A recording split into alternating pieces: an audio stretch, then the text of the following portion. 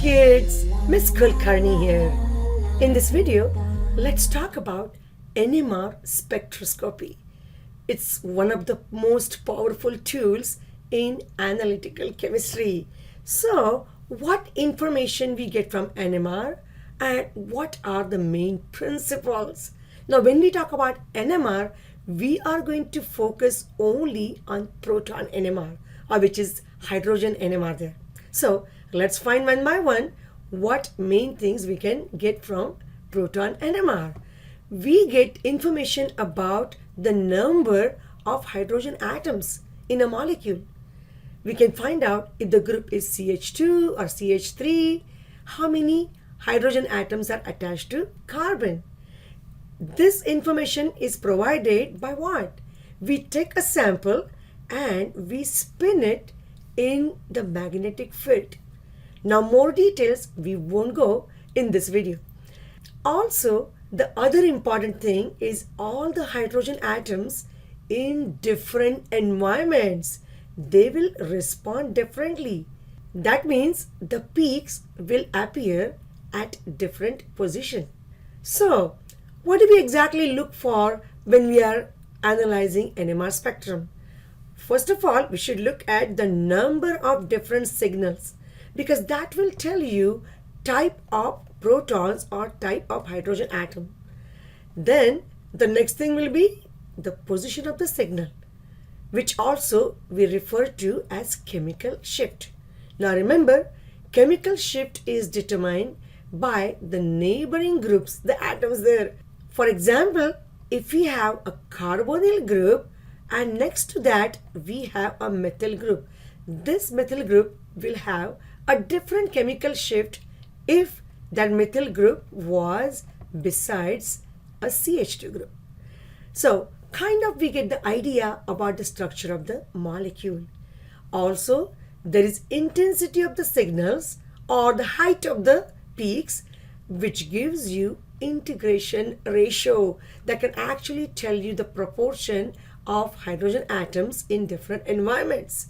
And the last part is extremely important, that is the splitting pattern. The peaks can get split into doublet, triplet, depending upon, of course, the neighboring environment with number of hydrogen atoms or neighboring carbon atoms. So what gives rise to splitting pattern? That is spin-spin coupling. And because of that, we can obtain a doublet with 2 peaks or a triplet with 3 peaks or a quartet with 4 peaks clustered together. And we will take some examples later on. So splitting arises because of the adjacent hydrogen atoms or protons. So for example, let's see, maybe we have CH2 and CH3 besides that. This CH3 is besides these 2 hydrogen atoms. So this will appear as a 2+1 triplet. And this particular CH2 is besides 3 proton, so it will appear as 3+1 equals 4, which is a quartet. Let's look at a sample NMR spectrum. So the spectrum will have couple of peaks as shown over here. Now this part is actually enlarged here to show how we see the doublets, triplets and quartets if they occur there. Also note, there was a peak which is TMS. So what is exactly TMS? This is the structure.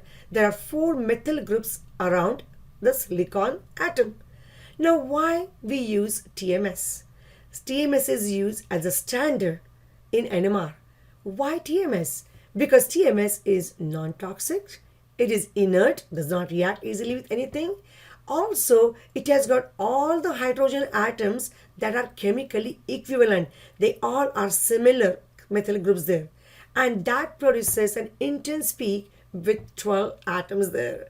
So basically, we use that as a standard, and wherever TMS shows, that's considered as a reference for the 0. So if that is our NMR spectrum, then TMS will mark the 0 on the scale. We made a reference earlier about chemical shift. This chart roughly gives us where the chemical shift will be if we know a particular environment of the hydrogen atom. Like for example, if you have a carboxylic acid, that peak will appear between 10.2 to 12. If you have an aldehyde, that's going to appear between 9 to 10. And if you have, of course, maybe an aromatic ring, it's going to come between 6.5 to 8 and so on. So there are some rough estimated areas where we get a proton. And we make use of that when we analyze the NMR spectrum. This table here gives you the chemical shift range in different environment for the hydrogen atoms. Now keep in mind, you don't need to memorize this. The data table will be always having most of these values given. Let's actually analyze one of the NMR spectrum, phenylacetone. So in this, if you look carefully, we got an aromatic ring. There is CH2 besides carbonyl group, and then there is CH3. So in NMR spectrum, we see three different peaks, and also these vertical lines indicate the integration. If you break up those lines roughly to find out how many protons we will have, we can easily figure out this corresponds to 2 protons, this corresponds to 3 protons, and the last one here corresponds to 5 hydrogen atom. Now look at your structure. This methyl group has 3 hydrogen or 3 protons. This is having 2, and of course the aromatic ring has got 5 hydrogen atoms.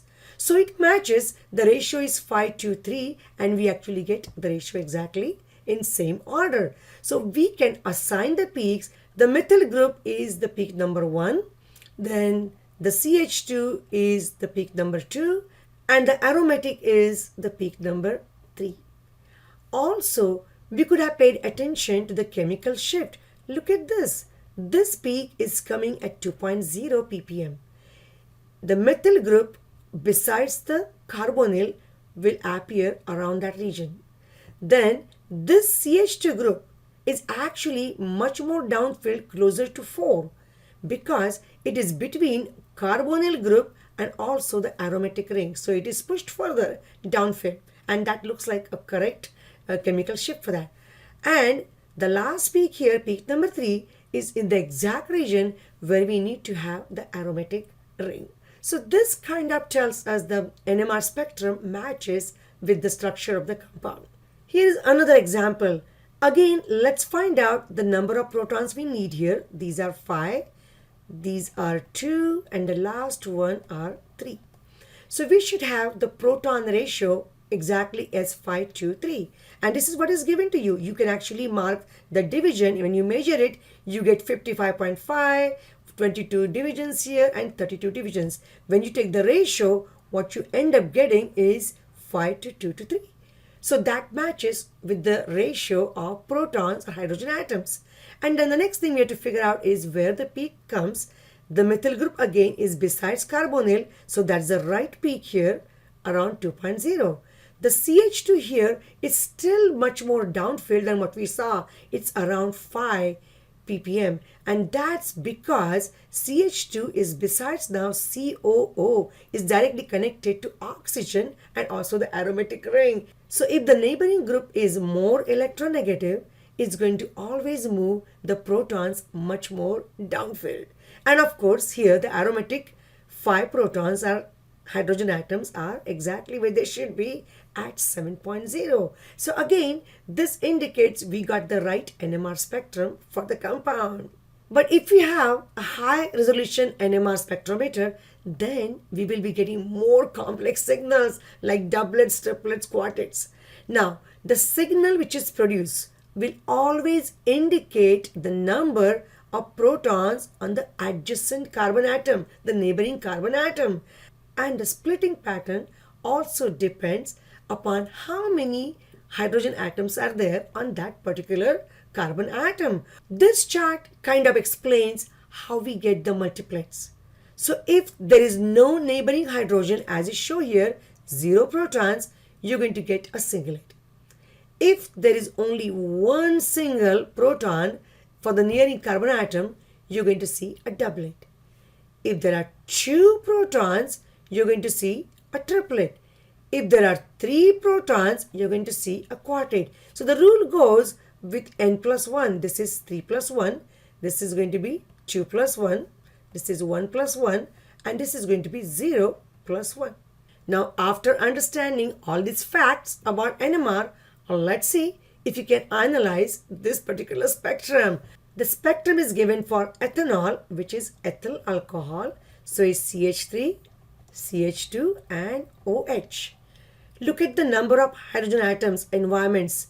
We got 3 different types of environments, and the ratio for that is 3 to 2 to 1. We got 3 protons here, 2 protons here, and this of course is only 1, so we got 1 proton from hydroxide. So if you look at the integration, that's what we should be getting. And then where should be these peaks appearing? The methyl group is beside CH2, and that's why it should be kind of more closer to 0, and the range should be between 0.8, 0.9 to about 1.5, and right over here what you're getting is 1.2. So that's exactly correct for a methyl group besides CH2. Then for CH2, this is besides oxygen, and that's why it will be pulled more downfield, and that's why it's between 3.5 and between 4 over here. So that's perfectly fine with a CH2 group besides oxygen. And OH, the alcohol, that will be still more downfield, and that's again shows exact one, which should be about 5. Now there are times when OH group may appear much more downfield, especially when we have an aromatic ring and an alcohol OH sitting on that. So let's see if you can match the peaks based upon the integration. Here, if you look at the integration ratio, this corresponds to 1 hydrogen, 1 proton. This corresponds to 2 proton, and this corresponds to 3 protons. If you kind of actually take the rough measurements, you can see we got ratio 1 to 2 to 3. So the 3 proton corresponds to, of course, CH3, 2 protons corresponds to CH2, and 1 corresponds to OH. So NMR seems like a puzzle, but by using different pieces of information, it's very easy to solve this puzzle. So basically, we need to look for the peaks, number of peaks, the chemical shift, and also the multiply. And all this provides us extremely useful information. So do you believe now NMR is one of the most powerful tools in analytical chemistry? Okay, I hope you guys enjoyed the video. I'll see you again in next video. Until then, bye bye.